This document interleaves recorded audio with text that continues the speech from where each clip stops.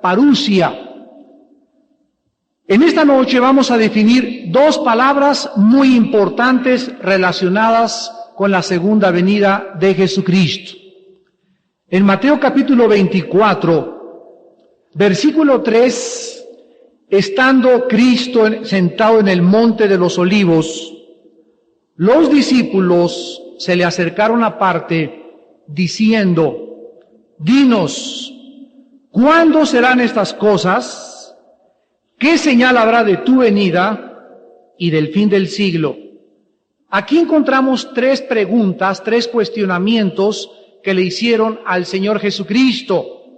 La primera es: ¿cuándo podríamos nosotros saber que nos acercamos tanto a la venida de Cristo como al fin de esta era o al fin de este siglo? La segunda, le pidieron dos señales, que les diera una señal antes de que Él viniera. Y aquí se encuentra en Mateo 24 la señal que ya hemos estudiado, que Jesús nos da antes de que Él venga. Y la otra señal, del fin del mundo o del fin del siglo. Vamos pues a estudiar en esta noche la palabra venida y la palabra fin del siglo. Ambas preguntas se encuentran, palabras en las preguntas que le hicieron a Cristo. Cristo les acababa de informar a los discípulos que pronto los iba a dejar y que la nación judía no le iba a volver a ver hasta que dijeran: bendito el que viene en el nombre del Señor. Fue bajo estas circunstancias que los judíos, consternados, y principalmente los discípulos, le hicieron las preguntas arriba descritas que acabamos de mencionar. Existen en el Nuevo Testamento 4 palabras griegas para hablarnos de la venida de Cristo. La palabra erchomai, así como suena erchomai, la palabra apocalipsis, la palabra epifania y la palabra parusia. De estas 4 palabras, la más importante y la que más se repite en el Nuevo Testamento y la que más se relaciona con la segunda venida de Cristo es la palabra parusia. Pero vamos rápidamente a definir cada una de las 4 palabras. Erchomai es una palabra que se traduce venida en Mateo 16:28. De cierto les digo que hay algunos de los que están aquí que no gustarán la muerte hasta que hayan visto al Hijo del Hombre viniendo. Aquí está la palabra griega erchomai, en su reino. Juan 1:30. Juan el Bautista dijo: después de mí viene erchomai, en el griego, un varón, el cual es antes de mí. Así pues, la palabra erchomai solamente implica de que alguien va a venir. En segundo lugar, la palabra apocalipsis. Nosotros tenemos esta palabra en el último libro de la Biblia, el libro número 66 de la Biblia, el Apocalipsis. ¿Por qué se llama Apocalipsis? Porque la palabra Apocalipsis significa descorrer un velo, poner al descubierto una verdad que había sido oculta. En la Biblia hay misterios. Un misterio es una verdad no develada, una verdad encubierta, una verdad que todavía está tapada. Y el único que puede quitarnos el velo, el que puede descorrer las cortinas para que la mente humana pueda penetrar y entender los misterios de Dios, es el Espíritu Santo. Por ejemplo, en el Antiguo Testamento, en el libro de Daniel, Dios le dice a Daniel que la revelación del capítulo 11 y 12 principalmente estaban selladas. Daniel sella. Un sello es un libro al que se le ponía una cosa como de cera y se ponía este sello así. Y un sello implica que nadie puede, aunque abra el libro, no pueden ver el contenido porque el sello no ha sido quitado. Pero Dios le promete a Daniel que las revelaciones de Daniel, el sello que tienen, va a ser quitado antes o pocos años antes de que Cristo venga. Por eso estamos comprendiendo más cabalmente el libro de Daniel y el libro de Apocalipsis. Y mientras más cerca esté la venida del Señor, más luz y más revelación, más Apocalipsis, más apertura tendremos en la Biblia de las cosas espirituales escondidas aquí. Apocalipsis se usa en 1 Corintios 1:7 y se usa en Apocalipsis 1:1. Y repito, significa revelar o descorrer el velo para que algo pueda ser percibido. En tercer lugar, Epifania. Esta palabra se traduce en el castellano como aparición. Por ejemplo, 2 de Timoteo 4:1. Te encarezco delante de Dios, le dice Pablo a Timoteo, y del Señor Jesucristo, que juzgará a los vivos y a los muertos en su manifestación. Aquí se tradujo la palabra Epifania, manifestación, en otras versiones, aparición. A Tito le escribe porque la gracia de Dios, Tito 2:11, se ha manifestado. Aquí la palabra griega es epifania, a todos los hombres para salvación. Pero vamos a adentrarnos en la palabra parusia, porque es la palabra más importante con la segunda venida de Jesucristo, y la palabra parusia significa literalmente presencia visible. 24 veces se usa parusia en el Nuevo Testamento. Se emplea en 9 libros: Mateo, 1 y 2 de Corintios, Filipenses, 1 y 2 de Tesalonicenses, Santiago, 2 de Pedro y 1 de Juan. La palabra parusia se deriva de 2 raíces griegas: para, que significa con, y usia, que significa estar presente. Entonces la palabra parusia denota 2 cosas: una llegada de algo con una consiguiente presencia. Veamos algunos versículos donde se usa parusia. 2 de Corintios 10:10. A la verdad dicen las cartas son duras y fuertes, mas la presencia, aquí es parusia, corporal débil. Aquí está diciendo Pablo que su presencia de él, física, cuando llegaba y lo veían, era de un aspecto débil. Pablo seguramente fue un hombre bajo de estatura, muy enclenque, no tenía un aspecto muy agradable, no era muy bien parecido, y su presencia era hasta cierto punto de Pablo repulsiva.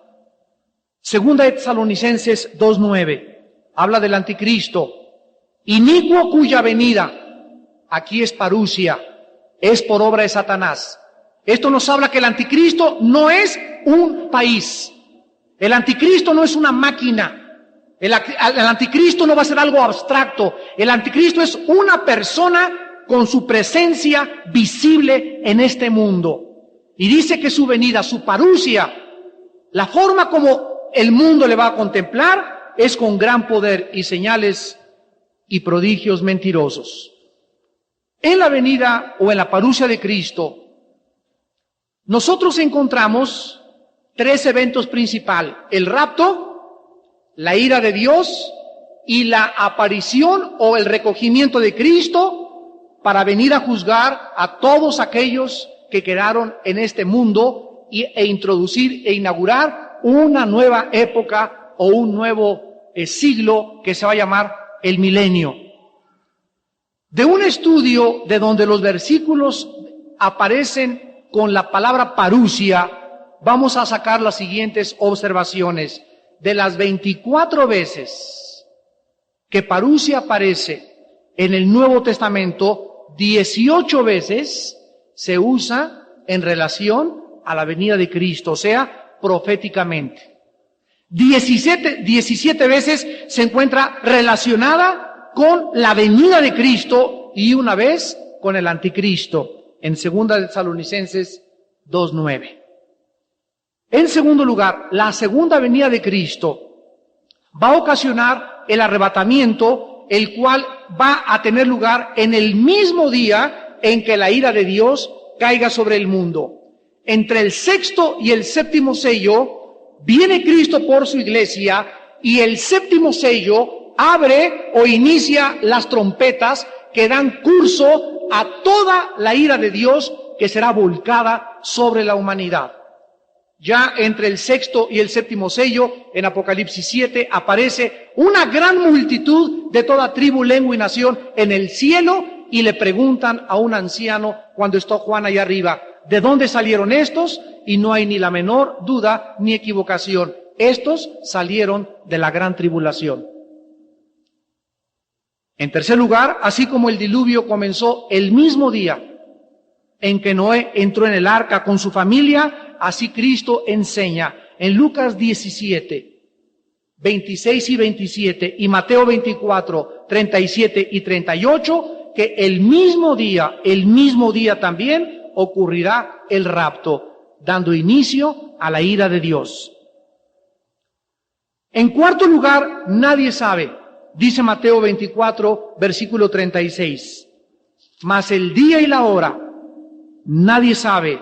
¿De qué está hablando? De la parusia, de la venida de Cristo, ni los ángeles del cielo, sino solo mi Padre.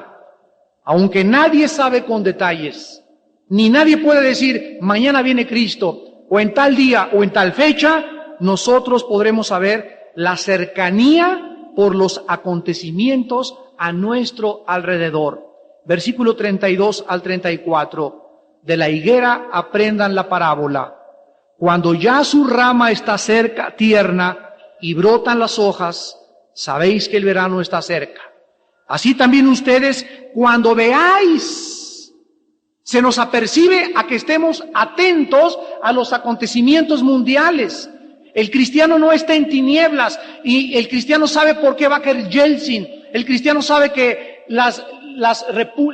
los estados que forman la antigua Unión Soviética, que son todos los que están en el sur, de 3 de ellos va a surgir Gog, que va a dirigir el ataque contra Israel. El cristiano sabe qué va a pasar en Estados Unidos. El cristiano sabe qué está pasando en el bloque de la Unión Europea. Nosotros no estamos en tinieblas.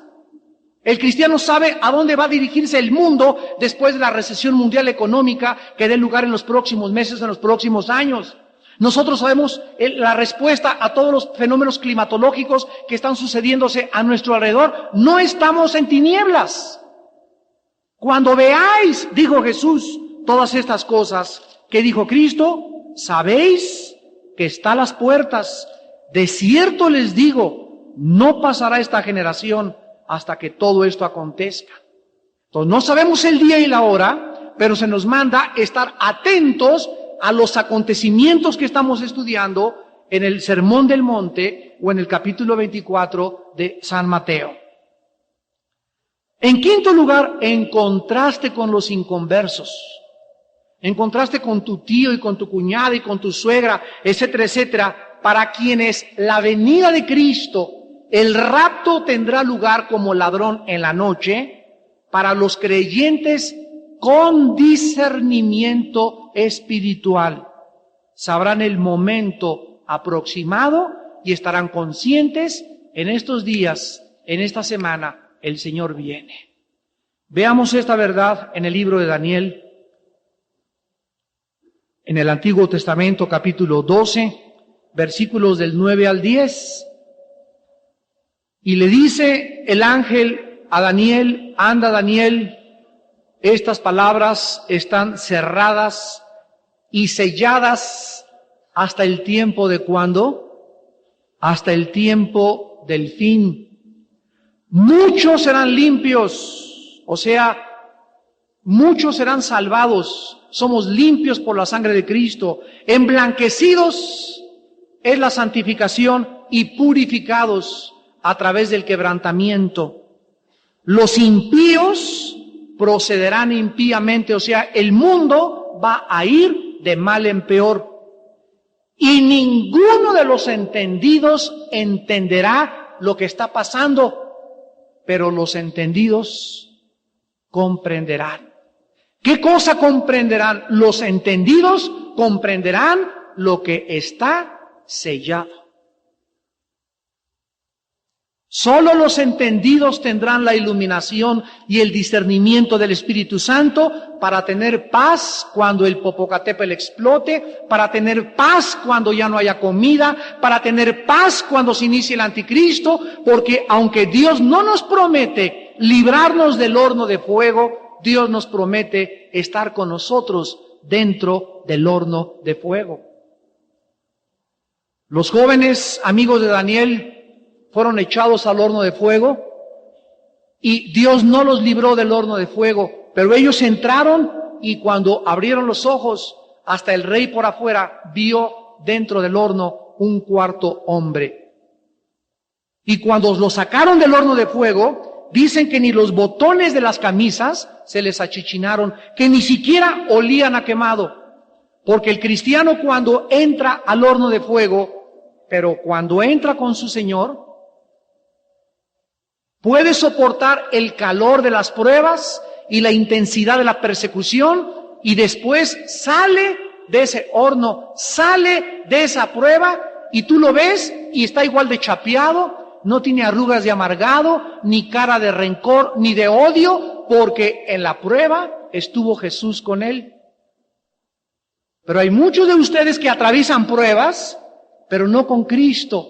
Y cuando acaba la prueba, todo el mundo se da cuenta la cara de amargado, de amargada que tienes. Esta es la diferencia entre sufrir con Cristo y sufrir sin Cristo.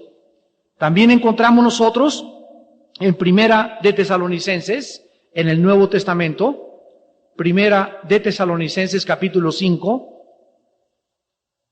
que dice la Biblia en el versículo 1, pero acerca de los tiempos y de las ocasiones, no tenéis necesidad, hermanos, de que yo los escriba, porque ustedes saben perfectamente que el día del Señor vendrá como ladrón en la noche.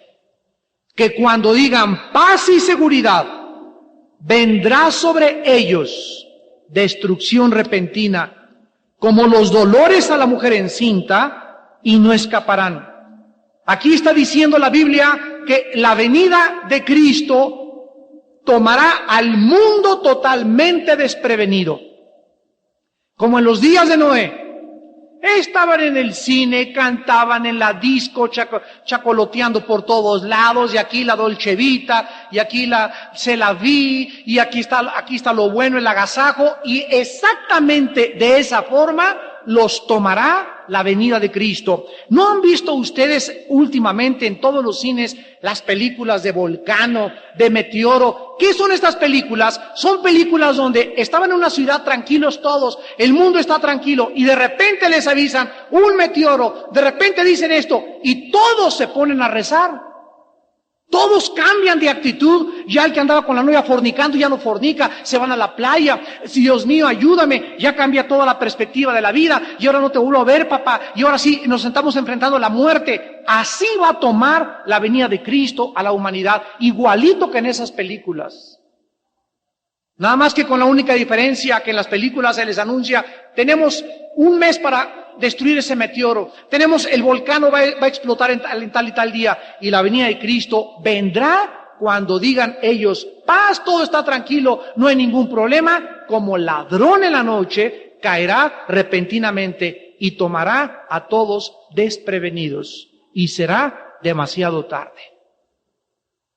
Tal vez para ti será hoy en la noche. ¿Cuántos de ustedes van a morir hoy en la noche? Nadie lo sabe. ¿Cuántos de ustedes van a morir mañana?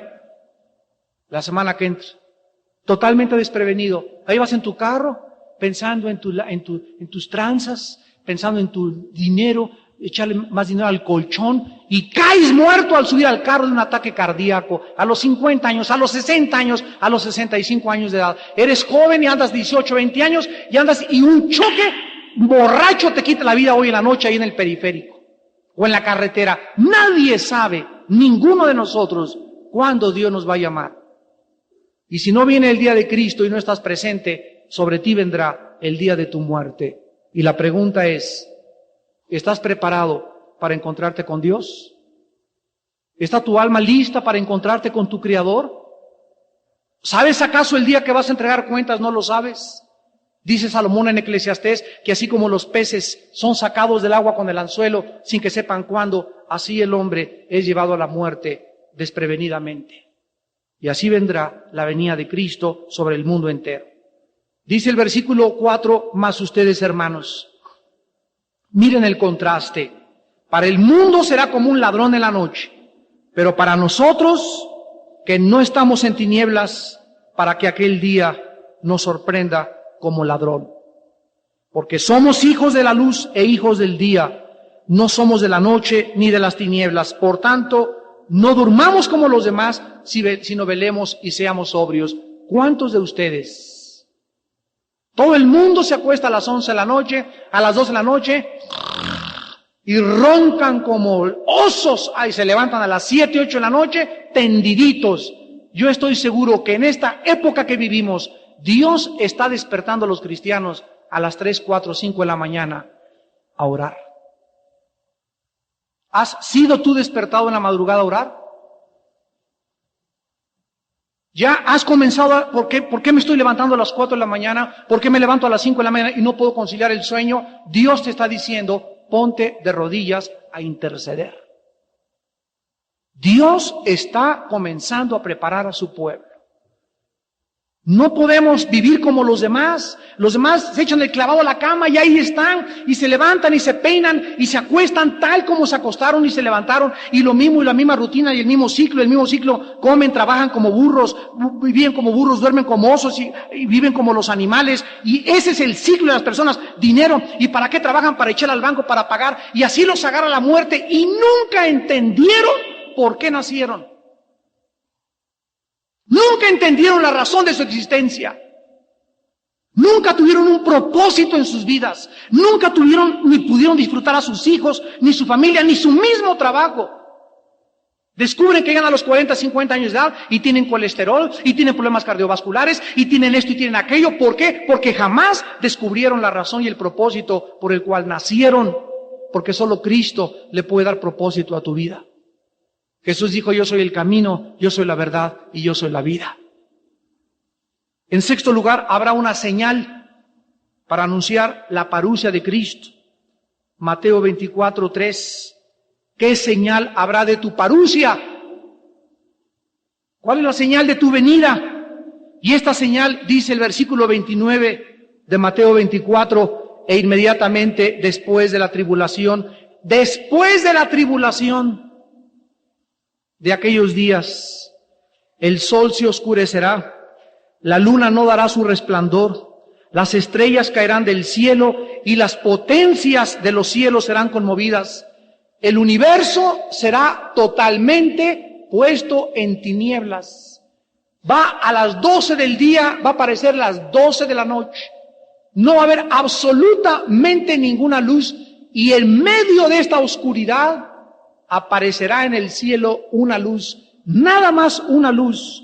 Y vean ustedes lo que dice el versículo 30, la señal. Ahí está la señal que le pidieron. Esa es la señal. Ustedes van a ver la señal del Hijo del Hombre. Después de que el anticristo comience a perseguirnos y comiencen muchos a sufrir el martirio, los sobrevivientes, los que soportaron la persecución del anticristo, son los que serán arrebatados.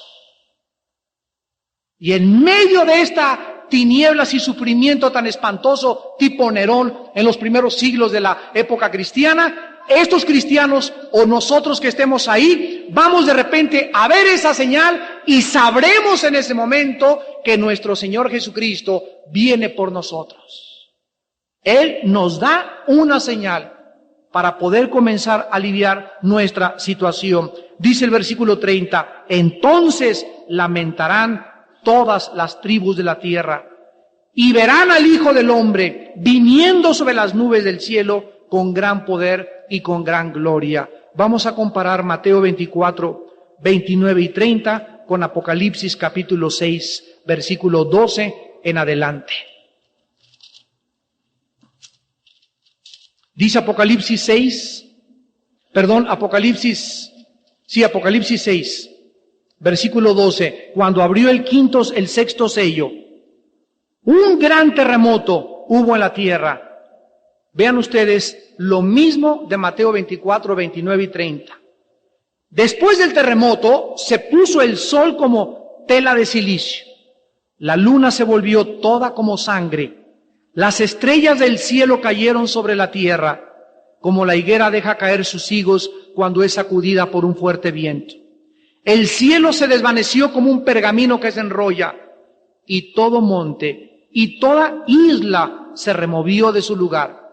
Y los reyes de la tierra, los grandes, los ricos, los capitanes, los poderosos, y todo siervo y todo libre, se escondieron en las cuevas y entre las peñas de los montes.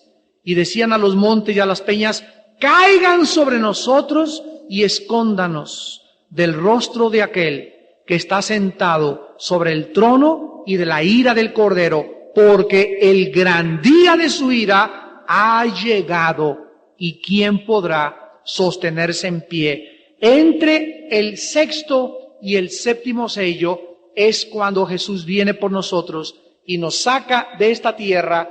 Y cuando el mundo vea, muchos han enseñado que el rapto será secreto y que va a ser invisible, pero cuando Él venga, el mundo podrá ver, y cuando acabe la persecución del anticristo contra nosotros, van a ver a Cristo, van a saber que es Dios, y aún así durante ese tiempo, muy pocos, pero muy pocos sobrevivirán a la ira de Dios.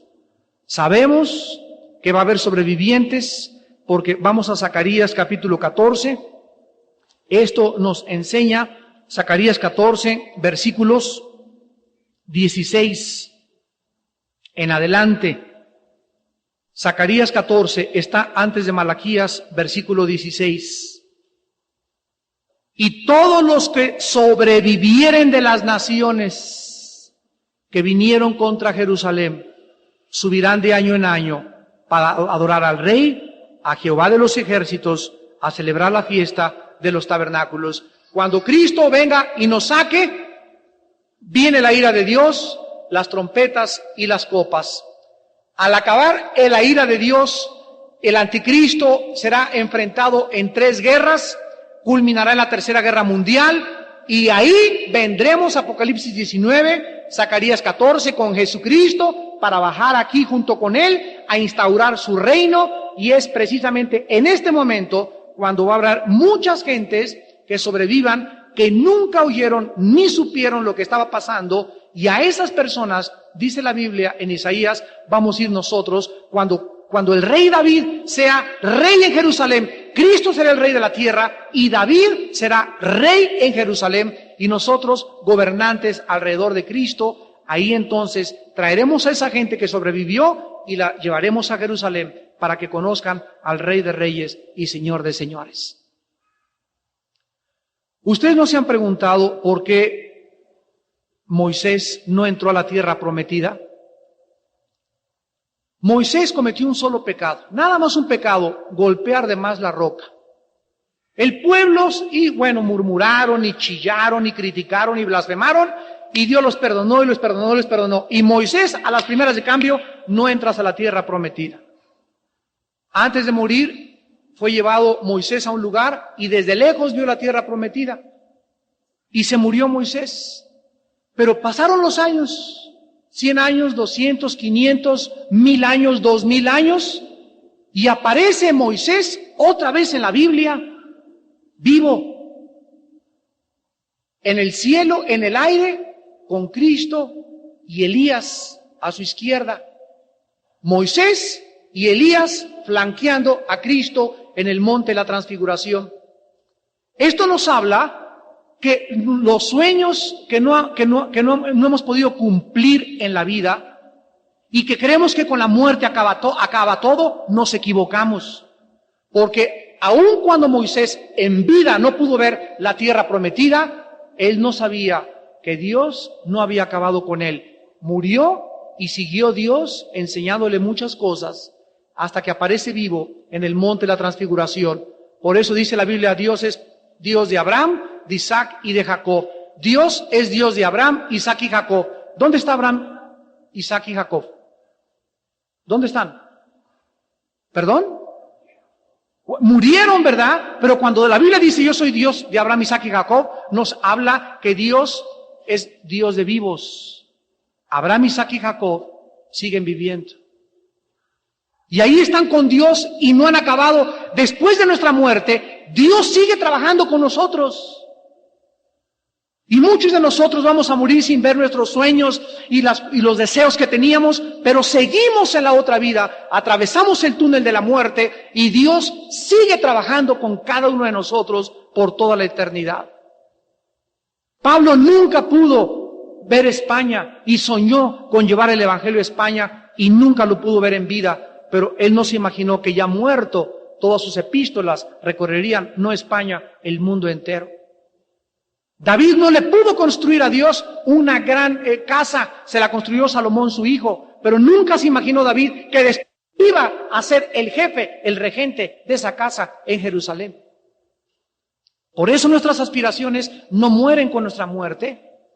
Mi visión de Dios no muere con mi muerte, sino que todo lo que yo creo y lo que yo sé de Dios después de la muerte, mis obras conmigo siguen. Porque seguimos trabajando y seguimos caminando y seguimos aprendiendo de Dios por toda la eternidad. Este incentivo y esta esperanza es la que tenemos todos los cristianos, de que nuestras obras con nosotros permanecen después de la muerte. Vamos a ver algunas conclusiones rápidas. En primer lugar, la parusia de Cristo es un término de gran amplitud. Cuando nosotros hablamos de la segunda venida de Cristo o la parusia de Cristo, si observaron, se refiere al rapto, se refiere al tiempo de la ira y se refiere a la venida otra vez presente de Cristo con todos sus santos. Pero ¿qué es lo que estamos nosotros aquí aprendiendo? Mateo 24:3. ¿Cuál será la señal de tu venida? Venida, ¿qué está diciendo? Que a qué horas va a venir Cristo. Mateo 24:27. Así será la venida del Hijo del Hombre. 1 Corintios 15:23, luego los que son de Cristo en su venida. 1 Tesalonicenses 2:19, en la presencia de nuestro Señor en su venida. La venida de Cristo, la parusia de Cristo abarca el rapto, el día de la ira, y la venida visible al final de los 7 años a juzgar a todas las naciones para entrar al milenio. En segundo lugar, la venida de Cristo tiene que ser después de los primeros 3 años y medio para que se acorte la gran tribulación. Existen evidencias muy claras de que la parusia del Señor Jesús es después de que el anticristo se manifieste a los 3 años de los 7 años de la semana septuagésima de Daniel. No puede ser antes, ni después del 7º sello, ni antes del 5º sello. En tercer lugar, habrá una señal para su venida que ya es la que vimos, y podremos nosotros ver en el cielo continuamente porque hay falsas señales de los que se llaman ovnis. Satanás sabe que Dios está esperando darnos una señal que sepamos cuál es la que apunta a la venida de Cristo, y Satanás comienza a falsificar y a dar señales en el cielo falsas de venidas de falsos seres a la tierra, los famosos ovnis. ¿Qué son los ovnis? No son más que la falsificación más grande del poder satánico y la materialización de la energía mediante el poder de Satanás. Satanás puede hacer que aparezca una rana flotando, a que aparezca una nave espacial, que aparezcan muchas cosas, pero todas las personas que se han encontrado con estos objetos voladores no identificados, el 90% tienen problemas de carácter psiquiátrico. Lo que denota que estos seres ni siquiera tienen buenas intenciones. La Biblia le llama demonios. Los habitantes de la tierra le llaman marcianos, venusinos o seres de otras galaxias. Así que nosotros no negamos de que existan ovnis los cristianos. No negamos la existencia de ovnis, sino la pregunta que los cristianos hacemos es, ¿quién está detrás de los ovnis? El mundo no sabe quién está detrás, nosotros sabemos quién está detrás de ellos. Por eso a un cristiano nunca se le aparecerá un ovni, porque lo reprensa en el nombre de Cristo y desaparece. Y si no, inténtalo y vete un día al Teposteco. Finalmente, en Mateo 24:3, hay una frase que dice, ¿cuál es la señal del fin del siglo? Esta frase, fin del siglo, significa lo siguiente, esto es muy importante. Cuando acabe este mundo, no es el fin del mundo, sino es el final de otra era. Es el final de otra época.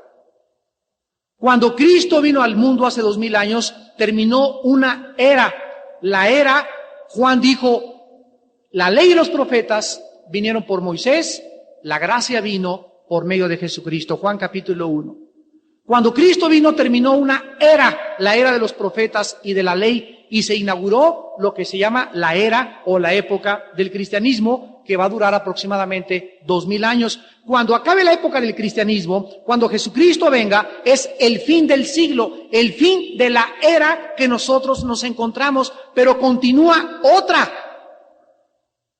que se llama el reino milenial de Jesucristo con sus santos. La palabra siglo en el griego es aion, A-I latina O-N, y es un período de tiempo durante el cual ciertos eventos tienen que ocurrir. No significa que acabará todo, sino que hay más después de un clímax de tiempo de nuestra edad o de nuestro siglo. La venida de Cristo va a terminar una era y va a dar comienzo a otra, el reino milenial. Esta misma frase vamos a verla en Mateo 13, porque Jesús la emplea anteriormente. Mateo 13, 24 al 30. Les refirió una parábola. El reino de los cielos es semejante a un hombre que sembró buena semilla en el campo. Mientras dormían los hombres vino el enemigo, sembró cizaña, entre el trigo se fue, salió la hierba, etcétera, etcétera.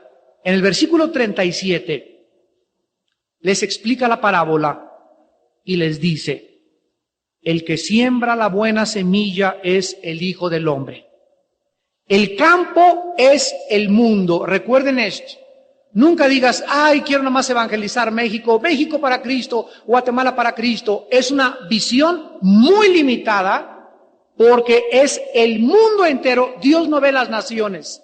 Dios ve el mundo entero como en necesidad de que conozcan este evangelio o estas buenas noticias del perdón de los pecados en la sangre derramada en la cruz del Calvario. El campo es el mundo, no la iglesia ni la familia, el mundo. La buena semilla son los hijos del reino, la cizaña, los hijos del malo. El enemigo que la sembró es el diablo. La siega es ¿qué? ¿Cuándo va a ser la siega? ¿No oigo? Cuando acabe el fin de nuestra era. Y los segadores son los ángeles. De manera que como se arranca la cizaña y se quema en el fuego, así será en el fin de este siglo. O sea, al acabar la era, vendrán los ángeles y cortarán y echarán a los malos en el fuego y a los santos de Dios los apartarán aparte. Enviaré al Hijo del Hombre a sus ángeles y recogerán de su reino a todos los que sirven de tropiezo y a los que hacen iniquidad, y los echarán en el horno de fuego. Allí será el lloro y el crujir de dientes. La historia terrenal de esta parábola es bastante sencilla.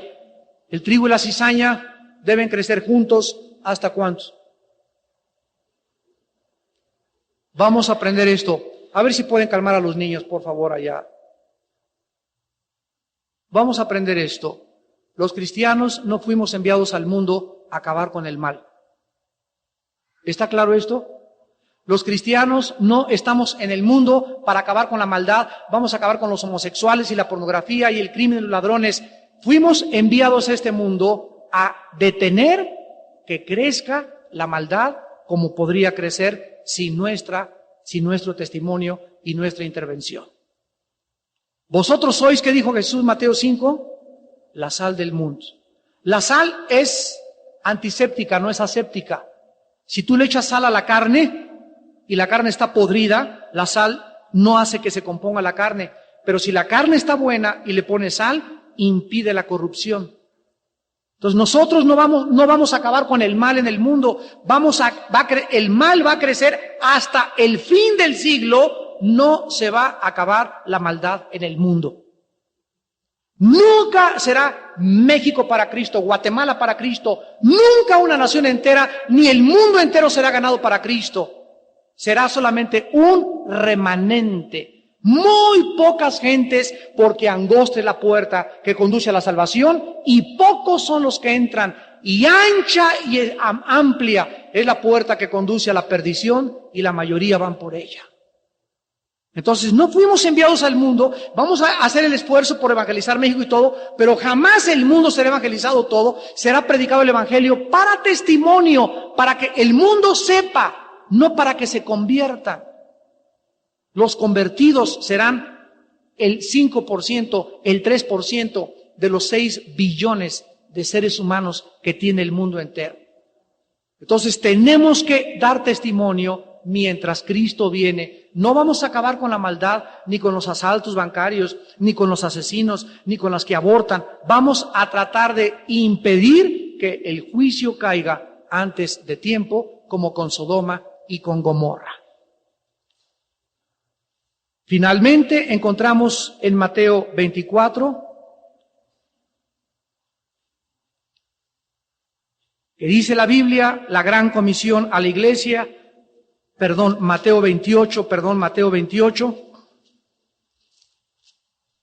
antes de subir Cristo al cielo, versículo 18, se acercó Jesús y les dijo diciéndoles, toda potestad me es dada en el cielo y en la tierra. Por tanto, id, sal de tu casa, sal de tu oficina. No esperen a pastores que nos están viendo por la televisión. No esperemos que la gente venga a la iglesia.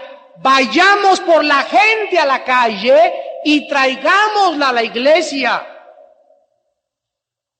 Tenemos que ir a las plazas, la sabiduría clama en las plazas, a Plaza Teli, a Naucali, por la calle, por los vecinos. Tenemos que salir ahí en los salones, en los hoteles, a hacer desayunos fuera de los lugares, en lugares neutrales, para que una vez que se recoge la cosecha, los traemos al campo de entrenamiento que es la iglesia.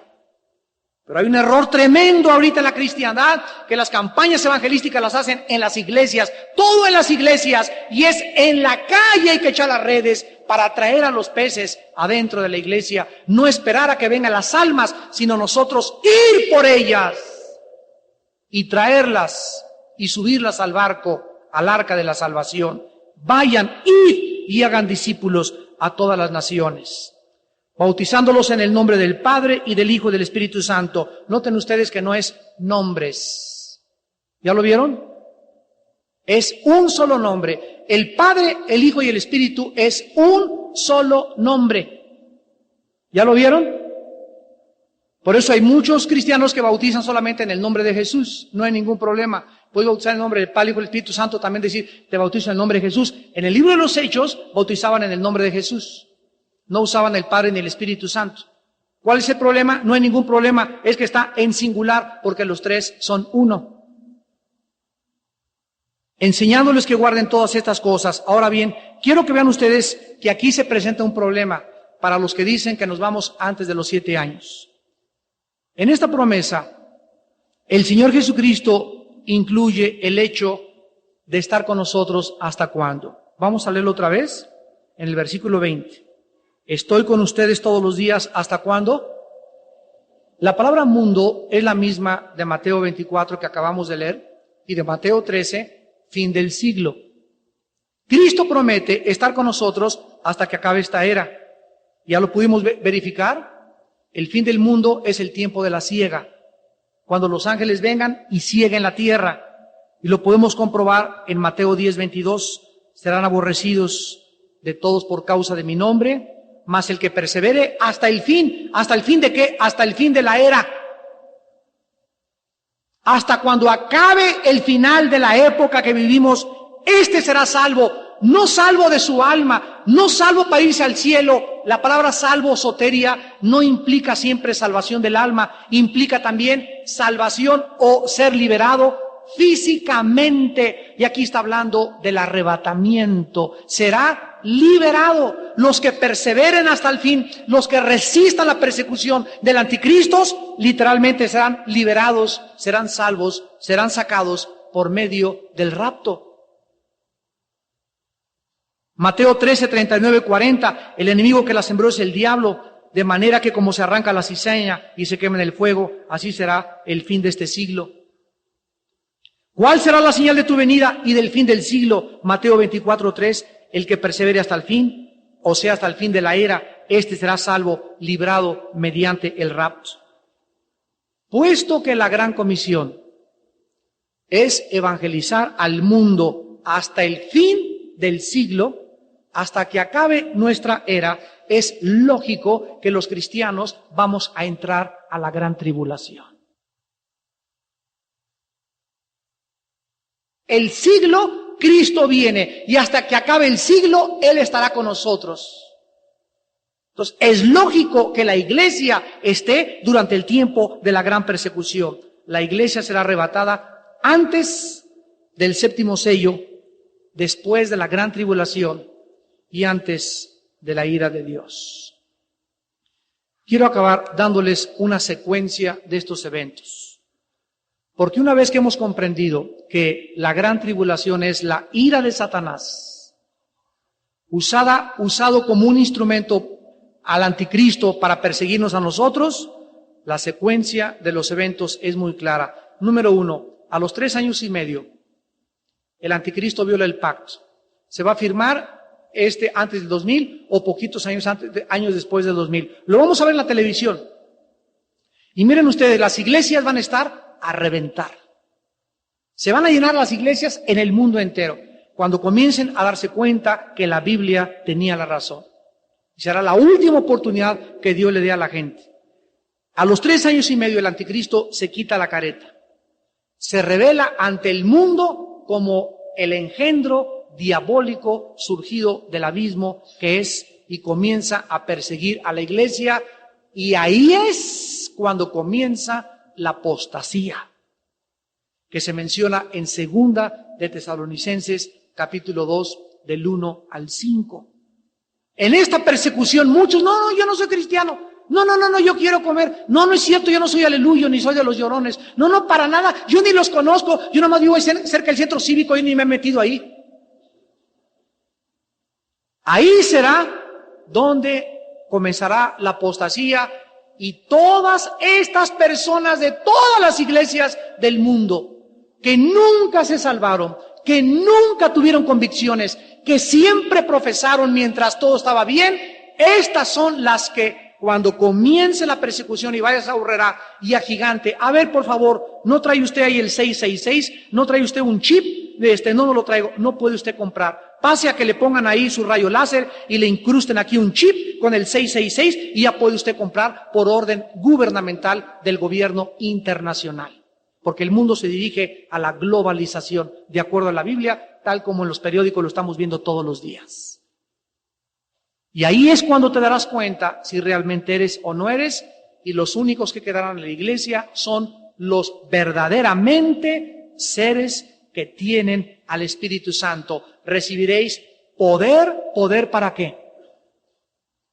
Para testificar. La palabra testigo en el griego es mártir, martureo, que significa un ser humano que está dispuesto a dar testimonio hasta la muerte de lo que cree. Me seréis testigos, me seréis mártires, cuando haya venido sobre ustedes el Espíritu Santo.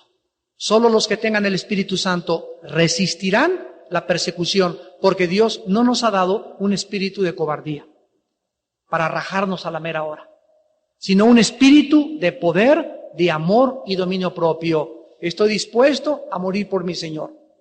Y comenzará la persecución, y estos que soporten y lleguen al fin son los que el Señor se va a llevar en el arrebatamiento final. En segundo lugar, cuando las cosas se comiencen a poner duras y el anticristo desate en el mundo entero su odio contra el cristianismo y los judíos mesiánicos, Apocalipsis 14 del 6 al 7 va a aparecer un ángel en el cielo proclamando el evangelio eterno, que Dios viene pronto para rescatar a los sobrevivientes y castigar a los malos.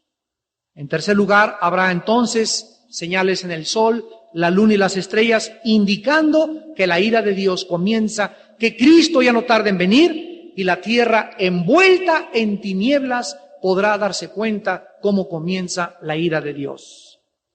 Después entonces Cristo descenderá de las nubes, enviará a sus ángeles a que recogen a todos sus escogidos sobrevivientes después de resucitar a los muertos en Cristo, y finalmente llegamos al fin de la era. Después de que la ira de Dios acaba con el mundo, el Evangelio de Dios es predicado y el reino de Dios será una realidad en este mundo para todos aquellos que creyeron, vivieron y murieron por el Hijo de Dios. ¿Cuántos de ustedes en esta noche están viviendo para Jesucristo? ¿Cuántos de ustedes, tal vez por primera vez en su vida, van a tomar en serio lo que significa ser cristiano? Todos estos mensajes el Espíritu Santo los está dando al mundo. Y junto con ustedes nos están viendo 40 millones de personas vía satélite por la televisión. ¿Por qué? Porque Dios está usando los medios de comunicación para alertar y preparar a su pueblo. Prepárate para encontrarte con tu Dios. Ser cristiano no solamente es venir a la iglesia de 11 a 12 y vivir como un impío, filisteo, hijo del anticristo de lunes a sábado. Ser cristiano es amar a tu esposa y amar a tu esposo. Ser cristiano es mantenernos célibes sexualmente. Mantenernos puros sexualmente, porque Dios ama la verdad en lo íntimo. Ser cristiano es no tener vergüenza de nada ni de nadie, ni de perder el trabajo en estos tiempos, porque si tienes miedo de perder el trabajo, tendrás peor miedo de perder tu vida cuando el anticristo comience a marcar a la gente a nivel internacional. Ser cristiano es tener la visión de que viene un mundo mejor que este, porque el mundo pasa y sus deseos, pero el que hizo la voluntad de Dios permanecerá para siempre. Inclinemos nuestra cabeza. Bendito Padre que estás en el cielo. Tú, Señor, que eres capaz y de confirmarnos hasta el final. Tú que nos puedes mantener sin mancha hasta el fin del mundo. Según la predicación de tu Evangelio y de Cristo, y según la revelación del misterio, que estuvo oculto durante tiempos eternos. El misterio de que nosotros obedeceríamos el mensaje de Cristo. El misterio que ni los profetas entendieron de tu iglesia, pero que ahora se ha revelado el misterio a todas las gentes. Y es el Evangelio de Cristo el que revela el misterio de Dios, para que el mundo entero obedezca a la fe. Para que el mundo entero sepa que Dios es Dios en el cielo y en la tierra. Para que el mundo conozca que Cristo es Dios hecho carne, que vivió y murió en una cruz y derramó su sangre para que nuestra vida comprendiera la razón de nuestro nacimiento, por qué vivimos y hacia dónde nos dirigimos. Para que no viviéramos como los animales del campo, guiados por instintos, para que no nos creyésemos dioses, capaces de establecer nuestras propias reglas de vida y de conducta, cuando es el Dios de la Biblia el que te dice en esta noche: yo soy el que dicto las reglas. Tú no eres Dios, tú no eres diosa, tú eres una criatura que yo creé para que tú pudieras confiar en mí, vivir para mí y encontrar en mí la razón de tu existencia. En esta noche Dios les manda a muchos de ustedes que se arrepientan, que se vuelvan de sus malos caminos, que abandonen su vida de pecado, de cinismo, de apatía espiritual y que tomes una decisión. Esta decisión solo la puedes tomar tú, no tu esposa ni tu esposa por ti, ni tus padres. Eres tú el que la tienes que tomar. Y esta decisión determinará el destino de tu alma por toda la eternidad después de tu muerte. Esta decisión es que en esta noche aceptes a Cristo. Hoy es la hora de la verdad. Es el momento de la decisión. Estás ante una encrucijada en tu vida. Decídete qué camino quieres seguir. ¿La maldición o la bendición? ¿El camino ancho por donde todo el mundo va? ¿O el camino angosto donde solo los valientes arrebatan el reino de Dios? Ven a Cristo en esta noche. Ven a la cruz. Y dile ahí desde tu lugar a Dios: Señor mío y Dios mío, me arrepiento de mis pecados. Lávame con tu sangre, Señor Jesús, porque creo que en esa cruz tú pagaste en mi lugar. Entra a mi vida en este momento como mi Señor y mi Salvador, y te entrego mi vida para seguirte durante todos los días de mi vida. Sálvame, Jesús, de este mundo impío y pecador, e ilumíname para conocer tu voluntad. Bendito Jesús. Amén.